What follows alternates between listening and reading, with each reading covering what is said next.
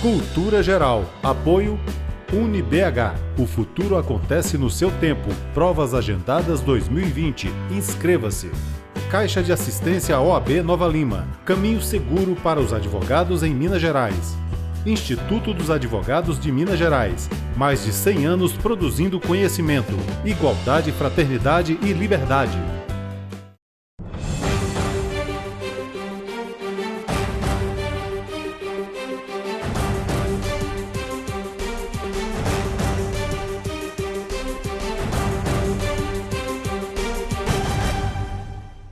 Começando agora mais um programa Cultura Geral, sejam todos muito bem-vindos aqui na TV Banqueta, é sempre um prazer fazer o Cultura Geral aqui nessa televisão comunitária, que a gente tem trabalhado todas as áreas do saber, na medida do que é possível a gente poder discutir em tempos de ficção e realidade, né?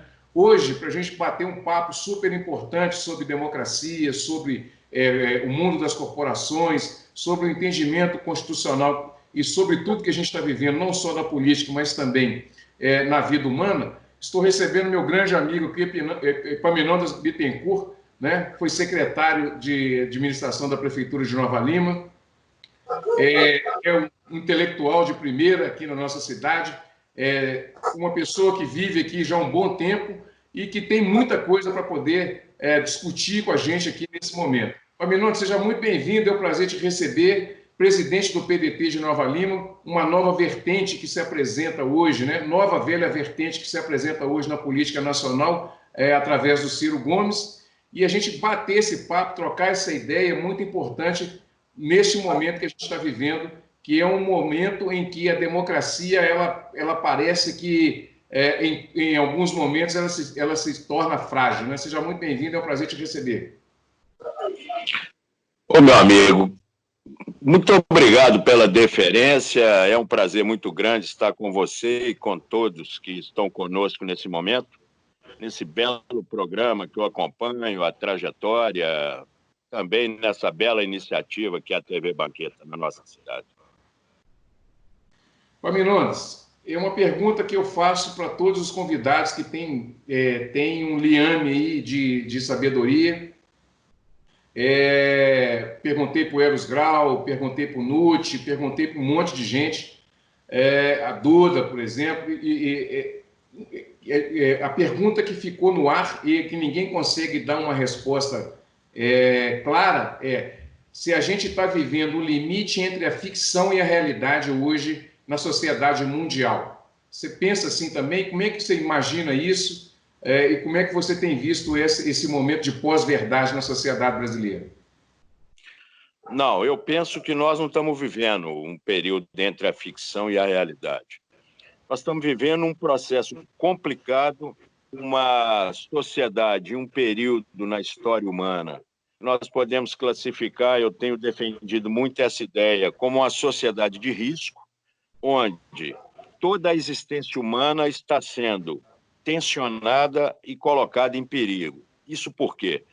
Nós estamos vivendo um período da chamada modernidade tardia, onde toda a esfera produtiva e as organizações econômicas em torno dela têm um grande objetivo, que é a expansão máxima da riqueza.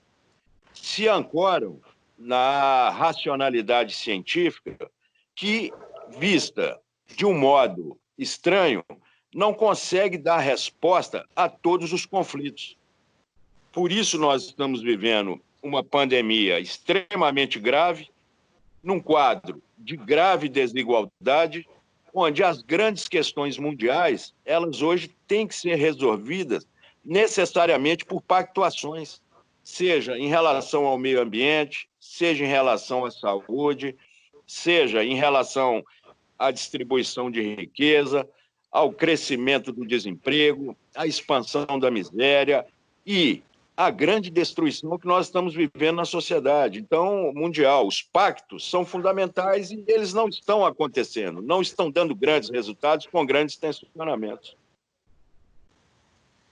Ciência e tecnologia, Epaminondas, como é que você vê ciência e tecnologia nesse momento também que a gente está vivendo, em que as redes sociais, as mídias, o meio de comunicação, de informação direta chega até o sujeito e a ciência é colocada em xeque e, ao mesmo tempo, ela é chamada para resolver esse problema tão sério que a gente tem vivido no mundo inteiro? Olha só, a ciência é insubstituível na história humana, né? Assim como a tecnologia. O que acontece é que as opções relacionadas à ciência e à tecnologia, elas nunca são neutras, né? Elas têm uma relação com determinados objetivos, né? Vamos pegar, por exemplo, o caso que nós estamos vivendo da pandemia, né? Em 1918, nós tivemos a gripe espanhola, que dizimou uma grande parcela da humanidade, chegou na Europa pelo exército norte-americano, que acabou levando para o continente europeu e, na realidade, se disseminou. Tivemos em Minas Gerais, por exemplo, né, a cidade onde eu nasci, Varginha, no sul de Minas, foi um epicentro, uma coisa gravíssima, né, matou muita gente. Tivemos no país inteiro, um presidente faleceu da gripe espanhola, o vice teve, né, logo depois assumir. Então, o fato da ciência e da tecnologia estarem junto com o desenvolvimento e o progresso humano, nós temos que considerar que estamos vivendo cada vez mais riscos na sociedade associados à utilização da ciência e da tecnologia. Imagina, agora, esse período que nós estamos vivendo da pandemia, nós temos conhecimento acumulado na indústria farmacêutica, relacionado ao quê? Às gripes, não é? Leva um tempo para isso ser produzido em termos de vacina, na medida que você recupera uma determinada trajetória tecnológica e consegue produzir um produto com conhecimento correlacionado, ou seja, a partir de uma determinada doença, a partir de um determinado nicho terapêutico, que foi, por exemplo, a influenza, o nicho das gripes, você vai conseguir desenvolver uma vacina.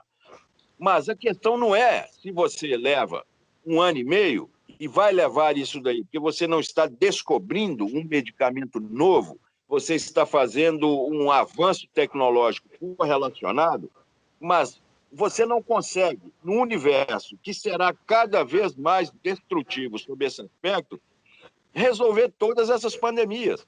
É por isso que nós dizemos que é uma sociedade de risco, porque elas estão associadas a uma maior mobilidade do ser humano, não é? Que é extremamente positivo. Imagina, olha o caos que virou agora e a falência no turismo, né, no mundo inteiro, que até antes dessa pandemia ele representava 10% do produto mundial, né? Além disso, todo o espectro de mudança das cadeias produtivas na indústria concentradas na Ásia.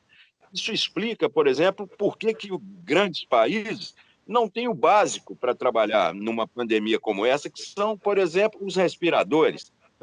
Isso vai gerar, provavelmente, em vários cenários que são discutidos hoje, algumas medidas de cunho nacionalista. Por quê? Porque os países sofrem com isso, né? Eles não conseguem resolver os seus problemas porque eles não têm condição de produzir, inclusive, o necessário.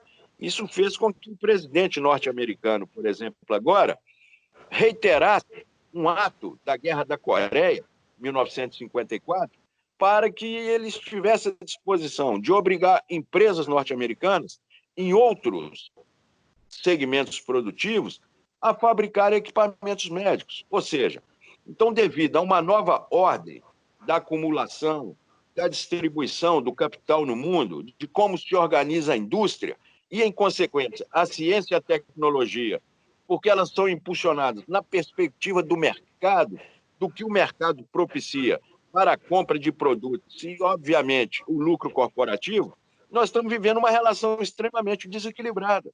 Então, a ciência e a tecnologia não são neutras, elas estão relacionadas a opções, mas não tem como o ser humano viver sem a ciência e a tecnologia.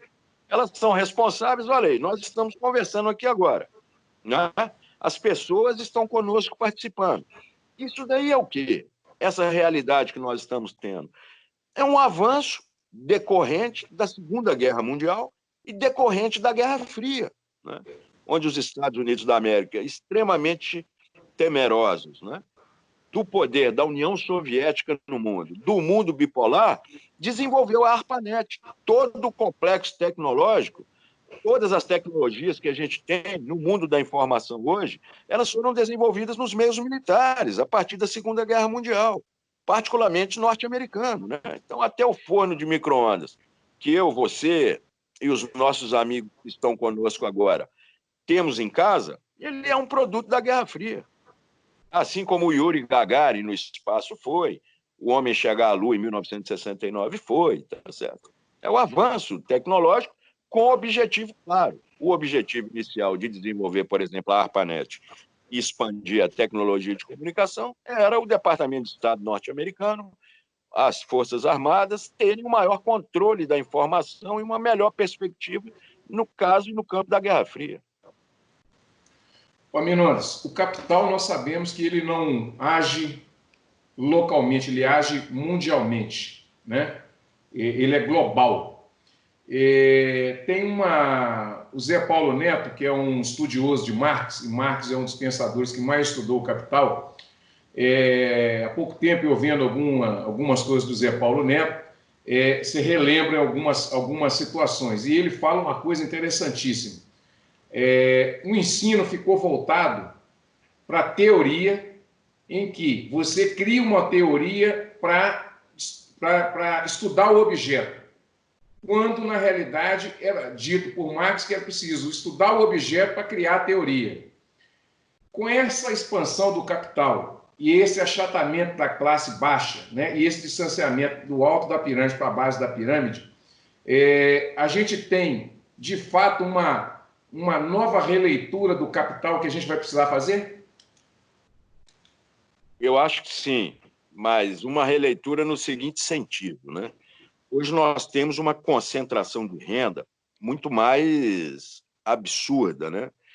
Quando eu te falei do risco, é porque, imagina, as grandes corporações industriais, elas surgiram no final do século XIX, e eu gosto muito de pegar a indústria farmacêutica, não só pelo momento que nós estamos vivendo, mas porque ela tem uma história muito rica nisso. As grandes corporações farmacêuticas do mundo, as que comandam o mundo ainda hoje, elas são, na sua essência, as mesmas do século XIX que transcorreram no século XX.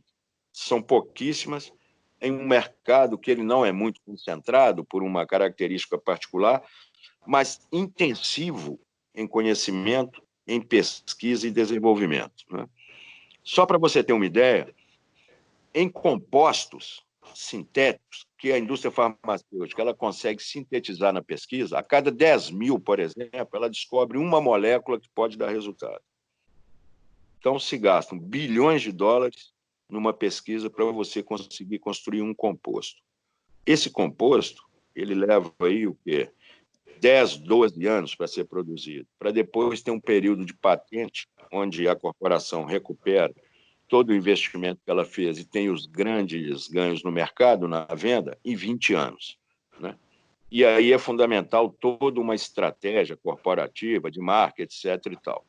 Então, vamos pegar uma coisa da nossa época que foi e demonstra muito porque está relacionada a conflitos e valores culturais, né? Vamos pegar o caso do Viagra, por exemplo. O Viagra, ele não é o nome do composto. Ele é um nome que a companhia que produziu deu esse nome, né, ao medicamento, e esse nome passa a ser conhecido no mundo inteiro por todas as pessoas que, numa nova configuração cultural, necessariamente, né, entendem e fica consagrado que a vitalidade humana é uma questão fundamental. Então, ele foi um sucesso absoluto. Durante um determinado período, aí surge o quê? O genérico, né? Só que as pessoas elas não associam mais o genérico, o composto químico, né? Quantos não te falam, né? Você ouve nas ruas, nas esquinas, tem um Viagra mais barato, não sei o que eu sei. Esse nome já ficou a marca. Então, você tem uma concentração de renda, uma concentração na produção, que, se você transferir o caso da indústria farmacêutica para qualquer outro setor produtivo, você vai ver que a expansão do capital hoje ela está estritamente relacionada ao sistema financeiro. Não só como financiador das corporações, porque isso sempre teve, né?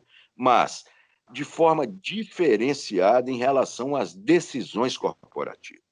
Se nós pegarmos como eu te expliquei, a indústria farmacêutica no século XIX, ou as grandes indústrias intensivas em pesquisa e desenvolvimento, como ela no século XIX, e transplantarmos para hoje como são as estratégias corporativas e a acumulação do capital no interior dessas organizações, nós vamos ver que tem mudanças, né, consideráveis, que indicam o quê? Uma maior concentração de mercado, devido à necessidade cada vez maior de utilização do conhecimento na produção e na pesquisa, cada vez mais as menores em qualquer setor industrial, elas vão sendo absorvidas, ou entre as grandes, vão acontecendo processos de fusão e aquisição, significando o quê? Que nessa nova etapa da acumulação capitalista, a concentração é muito maior. Quando a concentração é muito maior, ocorre também o quê? Uma piora na distribuição. É por isso que a questão da distribuição de renda passou a ser uma discussão mundial. Hoje é uma discussão mundial. Por quê? É aquela discussão que o Dani Rodrik, um grande pesquisador, colocou há um tempo atrás. A globalização foi longe demais, né? Hoje as pessoas estão discutindo isso. Por quê?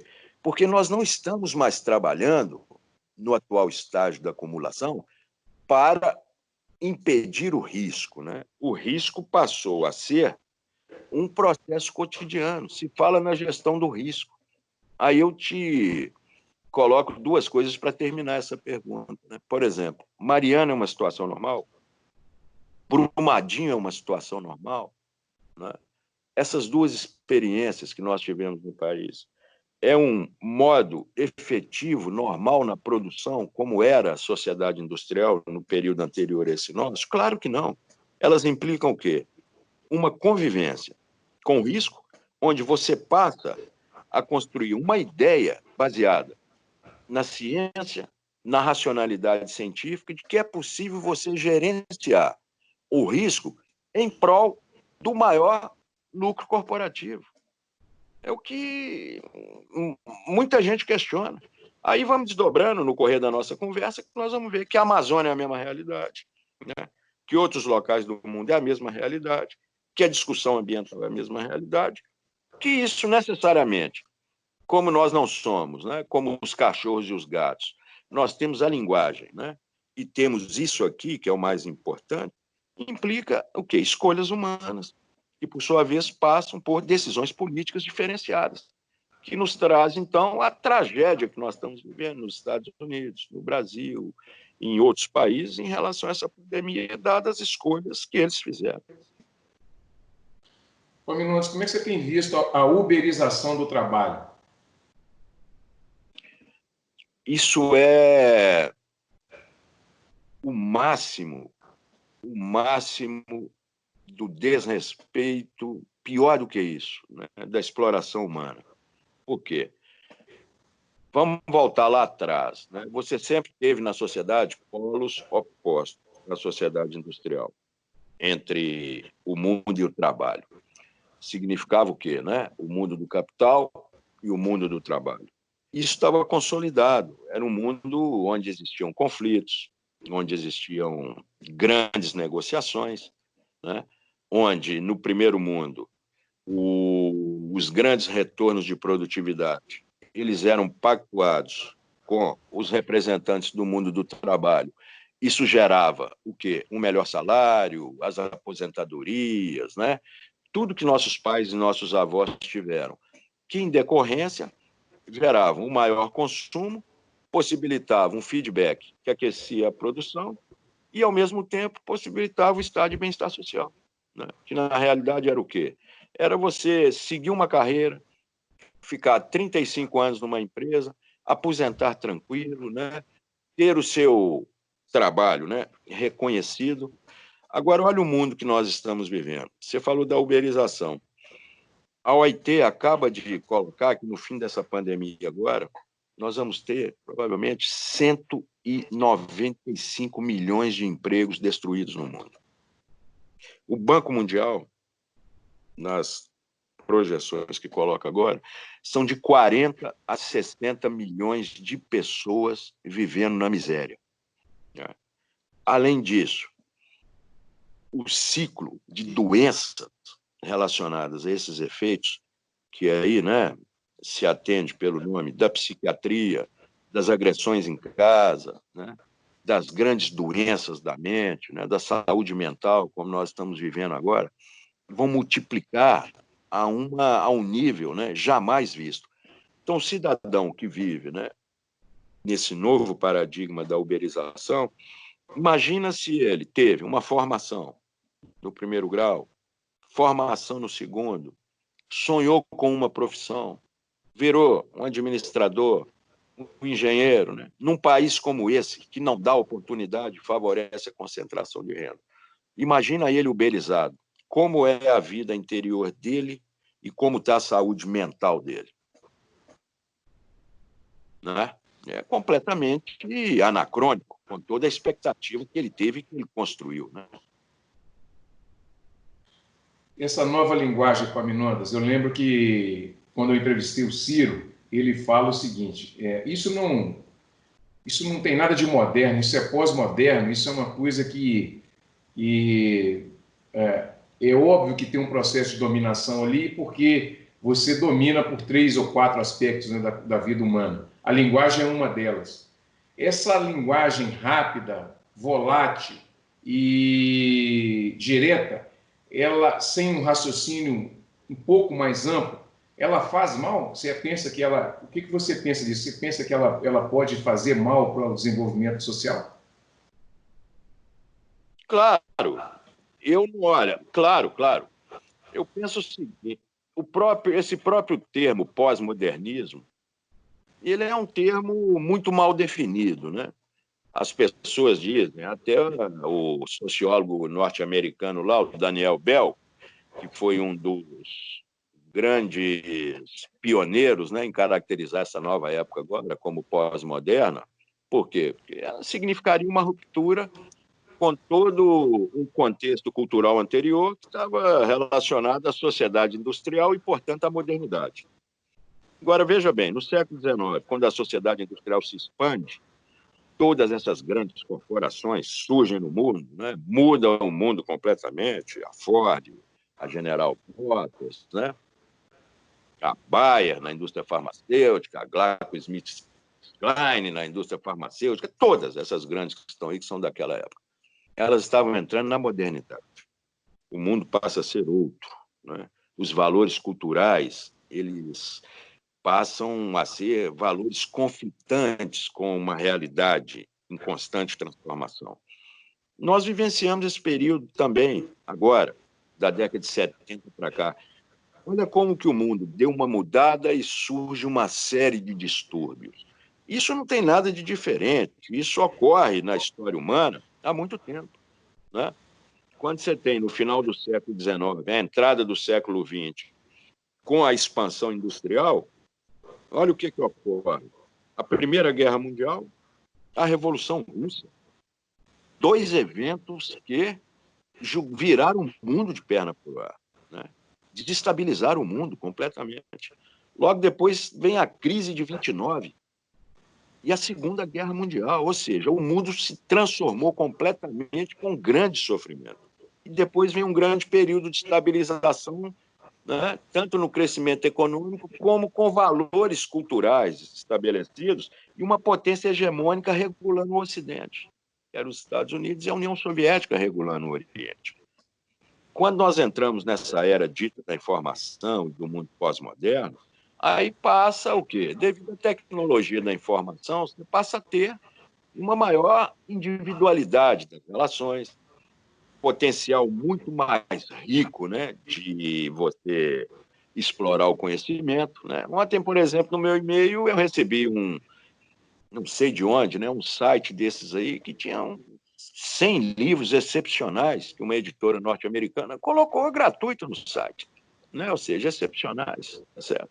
Eu não gosto de ler, por exemplo, assim, no computador, eu seleciono vários, tal, abaixo, mando imprimir, encadernar. Olha que coisa interessante.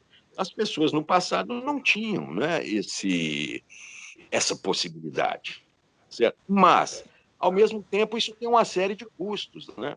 Observa, todo esse potencial que nós temos hoje né? E aí eu digo isso muito para as pessoas, né, que estão aí no limiar da casa dos 20, dos 20 e poucos.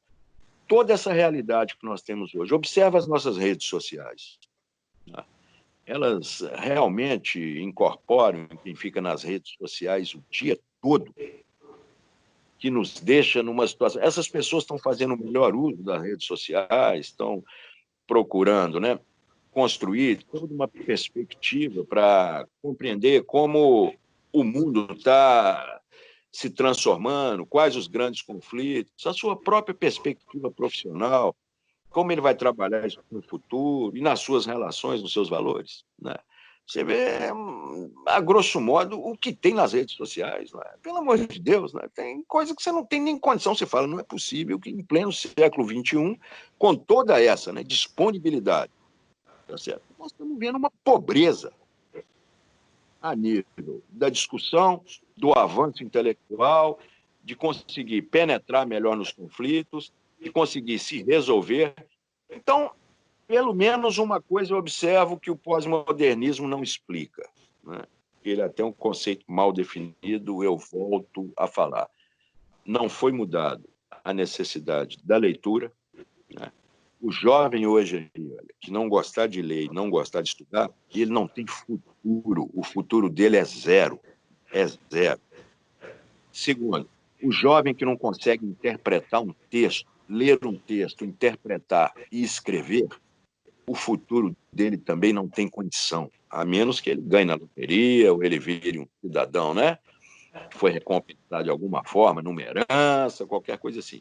Mas depender dele, né, o futuro dele é cada vez mais restrito. Então, se a leitura é cada vez mais fundamental, você ter condição de interpretar a realidade social e vivenciar, viver no meio dos conflitos para ter soluções criativas. De que forma você vai conseguir isso se não for acompanhando o conhecimento de um processo evolutivo, estudando e observando onde ocorrem as rupturas? Permanece o mesmo.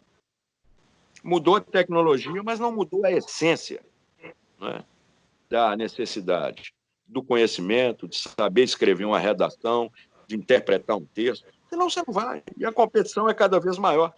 Eu sempre digo, olha aqui para terminar, a educação é a coisa mais fundamental na existência humana. Desde quando eu tinha 10 anos de idade, você tinha seus 10, nossos pais, etc. e tal.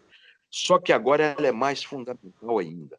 E o pior, ela adquire uma característica que é muito mais perversa, porque ela significa a absoluta seleção numa parcela da sociedade e a absoluta exclusão para os que não têm como em participar das melhores oportunidades educacionais. E as melhores oportunidades educacionais hoje são muito caras. É por isso que a sociedade ela vai ficando cada vez mais estratificada, porque as grandes oportunidades elas surgem de escolas caríssimas e de conhecimentos correlacionados que a esmagadora maioria dos pais não tem condição de pagar. Como é que você vê esse ataque às universidades, ao campo de pesquisa, aos intelectuais, às pessoas que produzem conhecimento no Brasil? Isso é a triste realidade, né, que nós estamos vivendo e que eu te confesso, o mundo inteiro observa, mas assim, observa né, com um profundo desgosto, né? Você sabe, eu convivo diariamente com a minha vida aqui e a minha vida em Portugal, numa universidade em Portugal, que eu vou com frequência, né?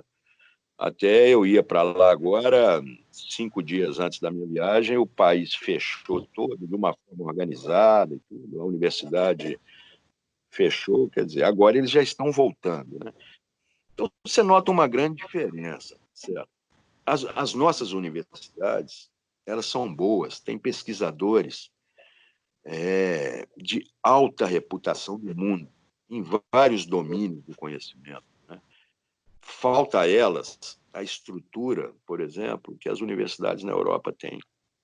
que tem nos Estados Unidos da América, né? Que tem em outros países, está certo? Porque são fundos de pesquisa cruzados, né?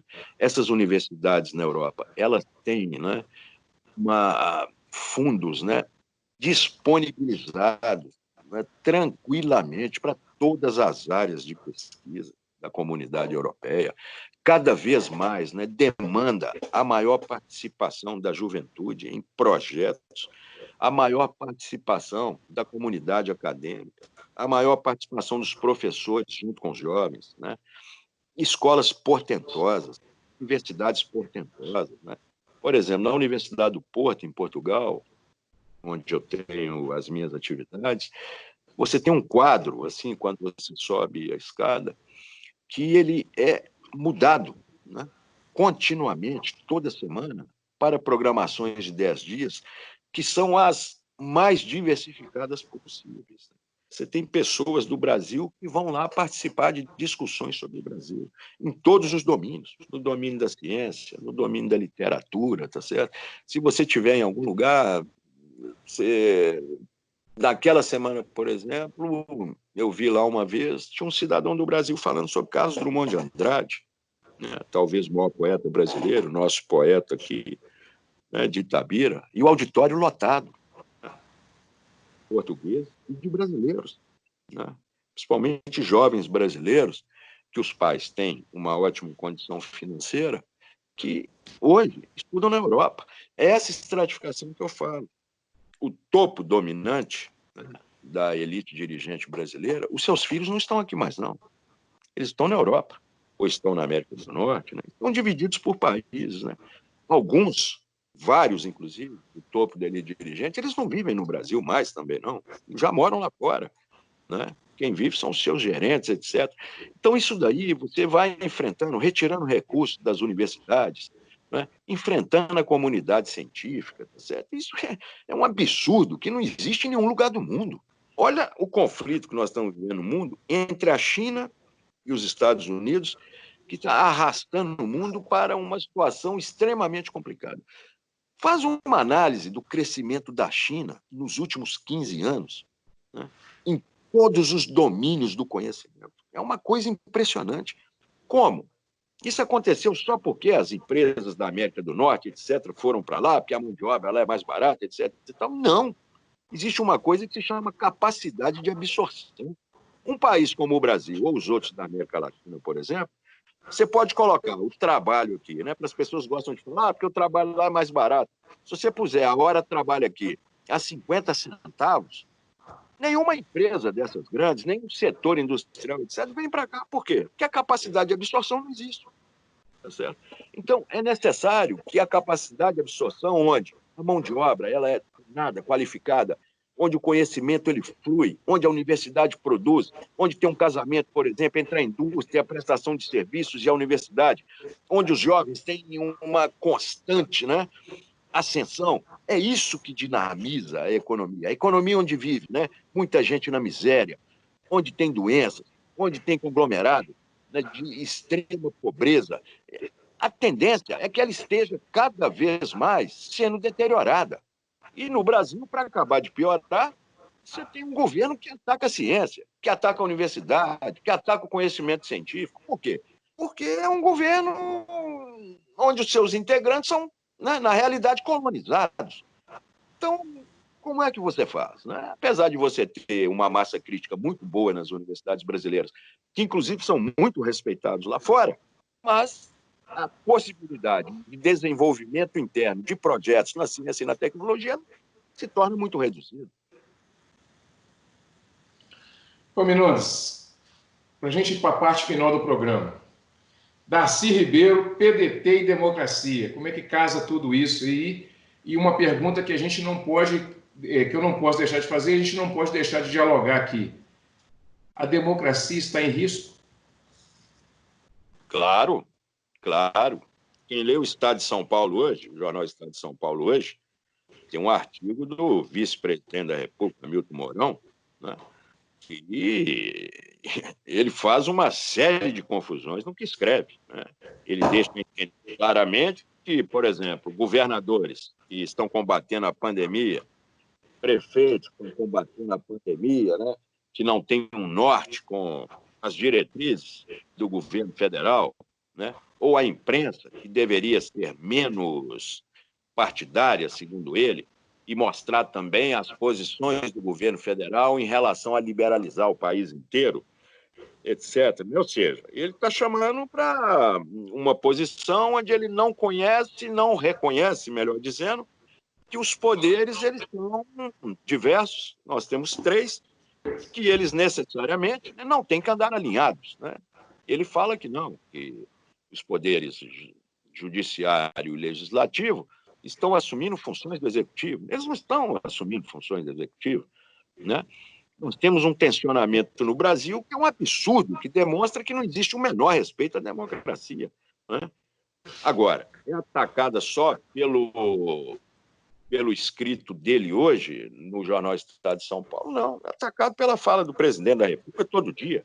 Então, nós temos um governo central, né, que é saudoso da ditadura militar no Brasil, né? Ou seja, isso em pleno século XXI não tem o menor sentido. E temos uma relação mundial com isso. O Donald Trump ganhou as eleições nos Estados Unidos como? Né? Nas duas costas, tanto na leste quanto na oeste, os democratas ganharam a eleição, e nos bolsões, no centro do país, né? Por um modelo econômico americano, onde as grandes indústrias, né, elas foram todas para a Ásia, os grandes empreendimentos, fecharam as cidades todas fantasmas. Isso levou a que um discurso populista do Donald Trump ganhasse as eleições. Isso vem consolidando em vários países do mundo. Na Inglaterra aconteceu a mesma coisa. Na Itália, né? Olha a Hungria, como é que está hoje, né? O presidente, que é dessa mesma matriz, né? Do Bolsonaro, do Trump, como também na Romênia, eles têm, e é isso hoje reconhecidamente, né, no mundo, no universo da teoria social, um ataque à democracia liberal como ela é constituída, onde o cidadão tem direito ao seu voto, ele vai lá, né, vota e espera todo um processo envolvendo o poder legislativo, o poder judiciário, o poder executivo, etc. Então, isso hoje é um ataque à democracia liberal como ela é conhecida. É o chamado populismo. Por quê? Porque pressupõe que existe um líder, que o líder não tem que conversar com as instituições da sociedade democrática, etc. Ele tem que se dirigir diretamente ao povo. Só que ele enxerga o povo como um gado. Então, ele tem que se dirigir diretamente a eles sem ter qualquer espaço de mediação. É o que nós estamos vivendo na pandemia no Brasil, né? O Brasil está numa situação tão delicada que nenhum investidor fica no Brasil, o capital está indo todo embora. E os brasileiros agora, saiu hoje de novo, na mídia mundial e reproduzido pela Folha de São Paulo no Brasil, quando a Europa vai abrir agora, né, para o seu verão, para começar, né, porque estão perdendo muito dinheiro, as economias estão todas quebradas, os brasileiros já são vistos, né, como pessoas que, né, vai ser difícil poder entrar e vai ter que passar por uma série de protocolos na hora de entrar. Por quê? Pelo desgaste que virou o Brasil perante ao mundo, né? O Imperial College, que é o maior centro de referência na Europa, situado no Reino Unido, em relação a infecções e pandemias, aponta o Brasil hoje como um caso gravíssimo, onde a relação é de 2-1, né? Ou seja, cada um infecta 2, né? O Centro de Estatística norte-americano está prevendo para o Brasil um quadro extremamente grave aí de chegar até o meio do ano aí com quase 100 mil mortos, ou seja, isso é o mesmo patamar que está os Estados Unidos elevando. São dois presidentes desse universo populista que desdenharam desde o princípio, né, o que significa uma pandemia como essa. Aí o Darcy Ribeiro, eu sempre digo o seguinte, olha, não tem como a gente falar, né, é muito complicado você falar que o Darcy Ribeiro é o maior pensador brasileiro, né? Esse é o tipo de comparação, né, que não se faz, mas eu sempre digo que ele é o mais amplo. O nosso Darcy Ribeiro, nascido em Montes Claros, que percorreu o mundo. Por quê? Olha os conflitos que nós estamos vivendo. A Amazônia. Que pensador brasileiro foi mais rico na conceituação da relação com os índios, da relação com a terra dos índios?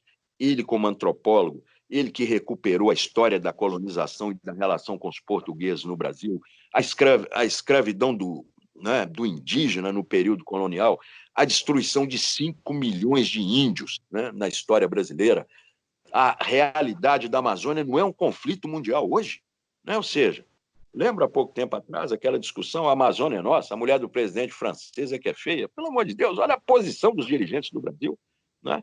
Hoje, numa pandemia, destruição ambiental no mundo inteiro, o que todo mundo chama é que sejam revistas essas posições, sejam articulados e cumpridos os protocolos. O governo brasileiro caminha em outra direção. Darcy Ribeiro foi um dos pioneiros nessa discussão. Na discussão da educação, nós acabamos de falar isso aqui, né? Darcy Ribeiro teve um papel no Brasil e no mundo na questão da educação.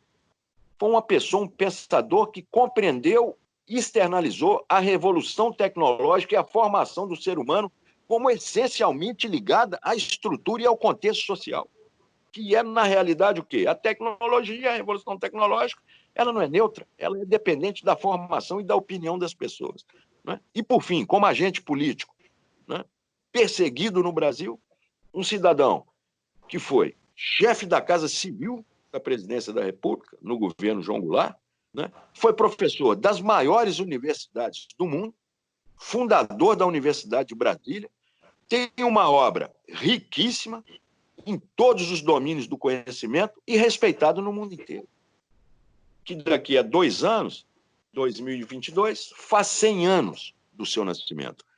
Então, o que nós estamos né, aqui para terminar, quando você coloca a questão do PDT, eu tenho uma visão hoje, ô Ederson, dessas questões partidárias, sabe, muito aberta e assim muito tranquila, sabe? Eu vivi grandes experiências na minha vida, você sabe disso. Eu pertencia a uma estrutura só na minha vida, isso é um caso raro, né? Tem poucos que são dessa minha geração aí, 40 anos, tá certo?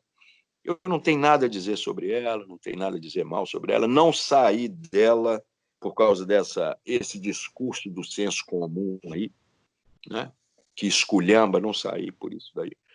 Mas essa realidade do PDT, principalmente na cidade, eu vejo como uma coisa muito promissora, né?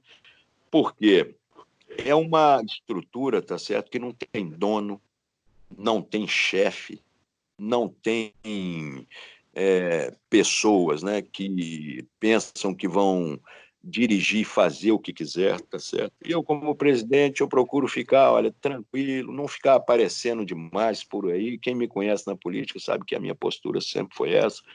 O importante é você permitir que as pessoas, né, conversem entre si dentro da estrutura, que não seja feita nenhuma composição política inescrupulosa contra os valores, né?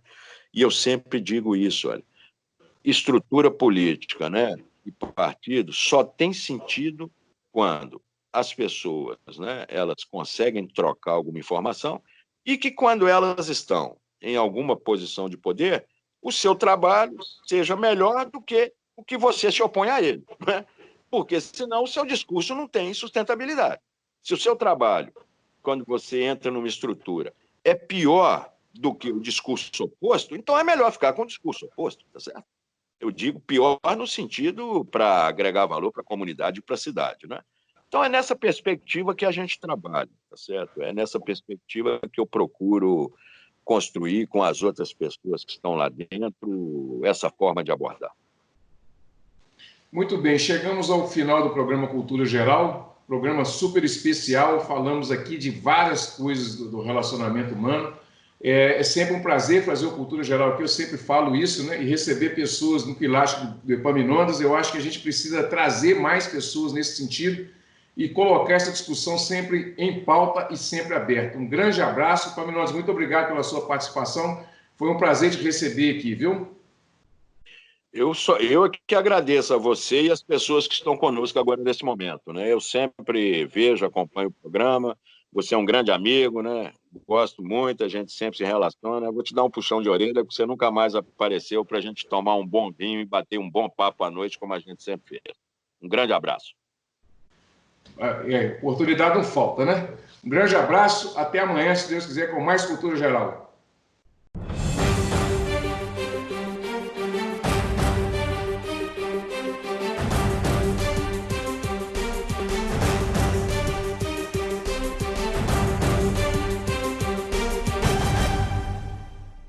Cultura Geral. Apoio UniBH. O futuro acontece no seu tempo. Provas agendadas 2020. Inscreva-se.